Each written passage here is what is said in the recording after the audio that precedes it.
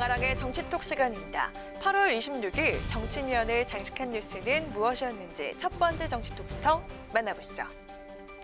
코로나19가 수도권 지역을 중심으로 재확산되면서 국회도 추가 대응 조치 마련에 나섰습니다. 앞으로 2주간 외부 방문객의 출입을 차단하고 의원실 보좌진에게 재택근무를 권하는 등 경계태세를 강화했는데요. 박병석 국회의장은 의원 전원에게 친전을 보내 보좌진들의 재택근무와 유연근무를 요청했습니다. 코로나19로 국회 풍경이 달라지고 있습니다. 코로나 셧다운을 피하기 위해 재택근무에 나선 것인데요. 정의당 류호정 의원실은 박병석 국회의장의 조치가 내려지기 전인 지난 20일부터 의원실 최소 출근 인원만 남기고 재택근무에 들어갔고, 민주당 송영길 의원실은 유연근무제를, 같은 당 강선우 의원실도 보고체계를 카카오톡 등으로 최소화한 뒤 격일로 재택근무를 시행 중인 것으로 알려졌습니다.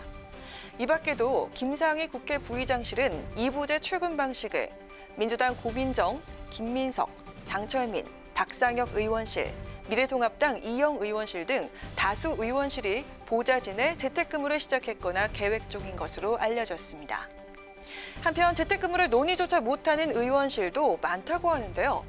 보좌진의 재택근무는 무엇보다 전적으로 의원의 재량에 달려있고 8월 결산국회로 상임위 전체 회의가 열리는 가운데 9월 정기국회, 10월 국정감사 등 핵심 일정이 다가오는 상황인 만큼 근무 방식을 당장 전환하기 어렵다는 볼멘 소리도 나오고 있습니다. 국회는 정기국회를 앞두고 방역 수위를 높이면서 대응을 이어가고 있습니다. 코로나19 확산세가 이어지고 있고 방역 당국도 사회적 거리두기 3단계 격상 카드를 검토하고 있는 만큼 국회 역시 강력한 방역 대책을 꾸준히 이어나가야겠습니다. 이어서 오늘의 두 번째 정치톡입니다. 2차 재난지원금 논의가 정치권의 최대 의제로 떠오른 가운데 여권 잠룡 투톱인 민주당 이낙연 당대표 후보와 이재명 경기지사, 재난지원금을 놓고 선명한 입장차를 보였습니다. 이를 두고 차기 대권주자 간의 신경전이 일찌감치 불붙은 것 아니냐는 목소리가 나오고 있습니다.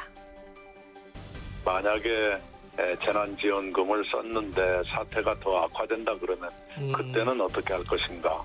그런 것을 감안하지 않고 재난지원금 방법이나 액수 먼저 따진다는 것은 옳지가 않습니다. 막상 돈을 주어서 소비어로 많이 다닌다면 코로나는 또 어떻게 될까요? 아하. 국민 1인당 30만 원씩 줘도 0.8%에 불과한데 그거 늘어난다고 무슨 나라가 망하겠어요? 이젠 디지털 사회라서 식당에 모여서 꼭 밥 안 먹어도 돼요. 배달시키면 되는 거고요. 돈이 없어서 못 쓰지 쓸 기회가 없어서 못 쓰겠습니까? 두 사람 오늘 라디오 인터뷰에서 2차 재난지원금 지급을 놓고 첨예하게 입장이 엇갈렸습니다.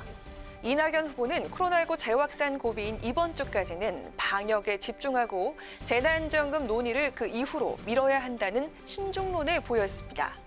만약 지급하더라도 어려운 사람에게 집중하는 선별 지급을 해야 한다는 입장을 보였는데요. 이와 달리 이재명 지사, 재난지원금을 전 국민에게 신속하게 지급해야 한다고 강조했습니다. 이 지사는 가난한 사람이라고 딱지를 붙여 돈을 주면 낙인 효과로 서러울 것이고 못 받는 사람 역시 화가 나면서 국민 갈등을 유발하게 된다며 선별 지급 논리를 정면으로 반박했습니다. 여권 대권주자 선호도 1, 2위를 다투는 두 사람의 신경전, 대권 경쟁 서막을 알린 것이란 해석이 나옵니다. 슬슬 달아오르는 두 주자 간의 차기 대권 경쟁은 앞으로 어떻게 펼쳐질지 눈여겨볼 필요가 있겠습니다. 지금까지 강아랑의 정치톡이었습니다.